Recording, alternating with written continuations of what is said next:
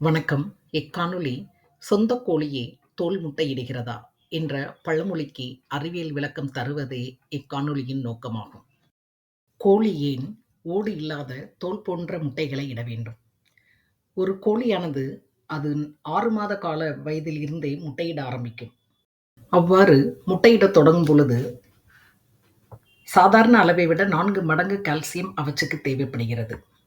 இது வளரும் கோழியின் எலும்பு வளர்ச்சிக்கும், முக்கியமாக முட்டைகளை உருவாக்குவதற்கும் தேவைப்படுகிறது. கோழியில் முட்டையிடுவதற்கு 20 மணி நேரத்திற்கு முன்புதான் முட்டையின் மேல் ஓடு உருவாக்கப்படுகிறது. இவ்வோடானது முட்டைக்குள் உள்ள கரு நன்கு வளர்ச்சியடைய தேவையான நீர் மற்றும் வாயுக்களை பரிமாற்றம் செய்ய அவசியமாகிறது.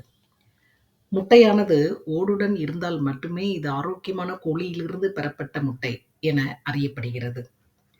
இவ்வாறு ஆரோக்கியமான முட்டைகள் தொடர்ந்து பெற வேண்டுமென்றால், இவற்றுக்கு அளிக்கப்படும் உணவில் அதிக அளவில் புரதமும், சுண்ணாம்புச் சத்தும் இருப்பது அவசியம். இல்லையென்றால் கோழியின் வளர்ச்சி பாதிக்கப்படுவதோடு மட்டுமல்லாமல், இது இடும் முட்டையின் ஓடு மெல்லியதாகவோ, கீறல் விழுந்தோ அல்லது ஓடு இல்லாத முட்டைகளாகவே இடத் தொடங்கிவிடும். இக்குறைபாட்டை சரி செய்ய கோழி வளர்க்கும் போது நாம் கண்டறிவது என்ன? கோழியின் அலகு மென்மையாக இருந்தாலோ அல்லது இறகுகள் உதிர்ந்தாலோ, கோழி சிறு சிறு கற்களை குத்துவதற்கு முயற்சி செய்தாலோ அல்லது தான் இட்ட முட்டையை தானே உண்ண ஆரம்பித்தாலோ, கீறல் கொண்ட முட்டைகளை இட்டாலோ அல்லது மெல்லிய ஓடு கொண்ட முட்டையினையோ அல்லது ஓடு இல்லா முட்டையினையோ இட ஆரம்பித்தால் கோழிகளுக்கு கால்சியம் அவசியம் என்று நாம் தெரிந்து கொள்ளலாம். இக்குறைபாட்டை தவிர்க்க நாம் கோழிகளுக்கு தரப்படும் தீவனத்தில் சுண்ணாம்பு சத்து நிறைந்த உணவுப் பொருட்களை கலந்து கோழிகளுக்கு தருவதன் மூலம் இக்குறைபாட்டை சரி செய்யலாம்.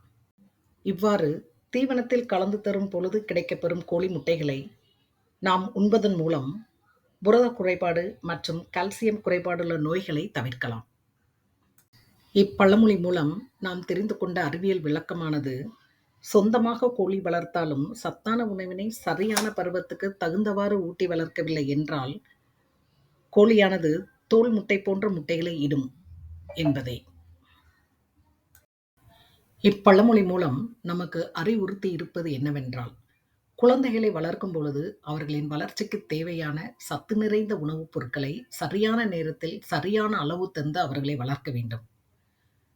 அது மட்டுமல்லாது, அவர்களுக்கு நற்பண்பு, ஒழுக்கம் போன்றவைகளையும் வளரும் தலைமுறைக்கு போதிக்க வேண்டும். இல்லையென்றால் ஆரோக்கியமான, அறிவான, அழகான, நற்பண்புகள் கொண்ட இளம் தலைமுறையினரை எதிர்காலத்தில் இவ்வுலகம் இழந்துவிடும் என்பதில் ஐயமில்லை. Thank you for watching this video. Thank you.